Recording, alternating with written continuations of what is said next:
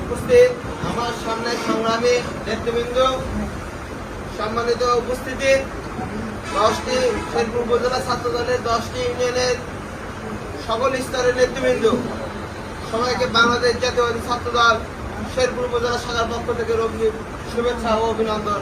সবাইকে আমার সালাম, আসসালামু আলাইকুম। প্রিয় সহযোদ্ধারা, আজকে আমরা অনেক বিগত দিনে অনেক চড়াই উত্তরায় পেরিয়ে আজকে আমরা এখানে উপস্থিত হতে পেরেছি। এই জন্য সবাই মন থেকে বলি আলহামদুলিল্লাহ। আমরা ইনশাআল্লাহ বগুড়া জেলা ছাত্র দলের নির্দেশে শেরপুর উপজেলা ছাত্র দলের আওতাধীন 10টা ইউনিয়ন এই নেতৃবৃন্দুর আজকে সাংগঠনিক কার্যক্রম শুরু হতে যাচ্ছে। ইনশাআল্লাহ অল্প দিনের মধ্যে আপনাদের সকলের সাংগঠনিক পরিচয় ইনশাআল্লাহ আমরা দিতে পারবো এই বলে